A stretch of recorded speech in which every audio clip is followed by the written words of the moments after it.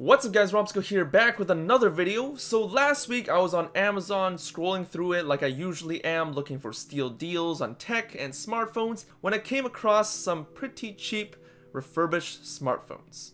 Here's a little backstory. So my Amazon wishlist always had my favorite smartphones like the S7 Edge and the Note 8. And funny enough, I've had the S7 Edge in my wishlist since it released in June of 2016, and I have video footage that I added back in the day when it was $900, and now it's dropped around $300 and you can get a brand new one for around $600 Canadian or around $500 US. So I always check the prices of the S7 Edge to see how much it's dropped, and I plan to get the S7 Edge if it dropped any more. And funny enough, I unexpectedly found some pretty cheap deals on some S7 and S7 Edges that were certified refurbished for a pretty cheap price for around 370 Canadian dollars or equivalent to $300 US. As for myself and like many others, I've been very curious to see how good the quality is for a refurbished item, especially for a smartphone, because there can be some cosmetic damage on it and the battery might be overdrained and overcharged and big issues like that. But after looking at some of the reviews, I decided to take a shot at it, and since it's fulfilled by Amazon luckily, I can always return it if it ends up being terrible. So this is the box that arrived on my doorstep inside an Amazon Prime box. Don't worry, it's not just this box. And to be honest, it looks pretty damn sketchy. It looks like I bought this off some guy in an alleyway covered by a paper bag or something, like an undercover deal. Anyways, the box is pretty average, pretty thin packaging, but on the top and on the bottom we have our codes. I'm just going to cover the IMEI that's on here. It says Samsung G935V S7 Edge 32 gigs black.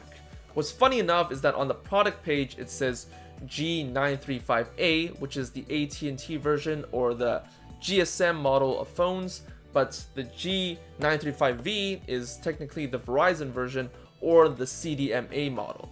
So all the information on the Amazon page and this box do not match, but I'll clear that up in a bit. But first, let's unbox this phone. So inside the box, there's no protection whatsoever. The phone comes wrapped in bubble wrap and is inside this plastic cookie holder along with everything else. Underneath it, we have some much needed accessories, and by accessories, I just mean the SIM card tool and the official Samsung fast charge wall adapter and official cable, all in a Ziploc bag inside another bag. Oh yeah, if you want to see the manual, there's a piece of cardstock with a link to the manual. Okay, let's unwrap this phone and see what we get. So right off the bat, the phone has one of those thick anti-scratch covers that you see in a lot of appliances, very easy to peel off. And on the back, we are immediately greeted by the Verizon tramp stamp logo. I assume the V on the model refers to the logo that's shown on the back of the phone. We have a few model tags and stuff, but all of that is removable. And at first glance, all the edges look good until I saw the charge port. So immediately, we have one flaw that we talked about, cosmetic damage. The exterior of the port is a bit scratched due to poor plugging technique, or they probably dropped it, I guess. To be honest, I have no idea how people get scratches like this. But yeah, this is the only cosmetic damage around the entire phone. Screen is clean, back is clear, and the phone's condition is 99% under control. I'm somewhat okay with the port being scratched because I don't see it 90% of the time anyways. Actually, I lied. Looking further in, the home button also has a bit of cosmetic damage. If you look closely, there's a somewhat big chip and a tiny dent.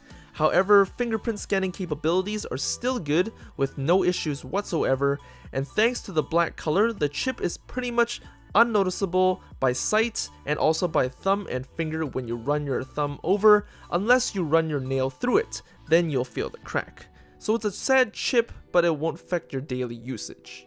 So going back to the confusing model numbers of this phone, on the product page it says G935A, on the box it says G935V, but on the actual phone itself it's actually a G935U, which is the unlocked version of the Snapdragon processor chip, so it should work with both GSM and CDMA SIM cards. What I'm inferring is that the V on the box just goes with the Verizon on the back, so I assume if the box said G935A, it would have the AT&T logo. But I'm not sure about that, I'm just inferring from the information that we have right now. So of course, in order to test the performance of this certified refurbished smartphone, we're going to need some benchmark tests. we're going to be using Antutu and Geekbench, specifically Antutu 7 and Geekbench 4, and we're going to see what the scores are, and we're going to compare them to a brand new S7 Edge that's listed on Geekbench's website. So for Antutu 7, the stress test score came out to be 115359, which happens to be just below the S6 Edge score for Antutu, which isn't that great. As for our Geekbench scores, our single core came out to be 1724, multi-score was 4065, render script score was 6084, and our partial battery score was 2853. But I'm not satisfied with a partial discharge because the battery seemed to be draining a lot faster than I thought it'd be, so I'll be doing a full discharge test. I did one before, but it got interrupted, so I'll be doing that again, and that is why this video is going to be late. Sorry about that. Sorry for the bad quality, but I had to update you guys on the full discharge battery score for Geekbench, and to my amazement, it's even better than before.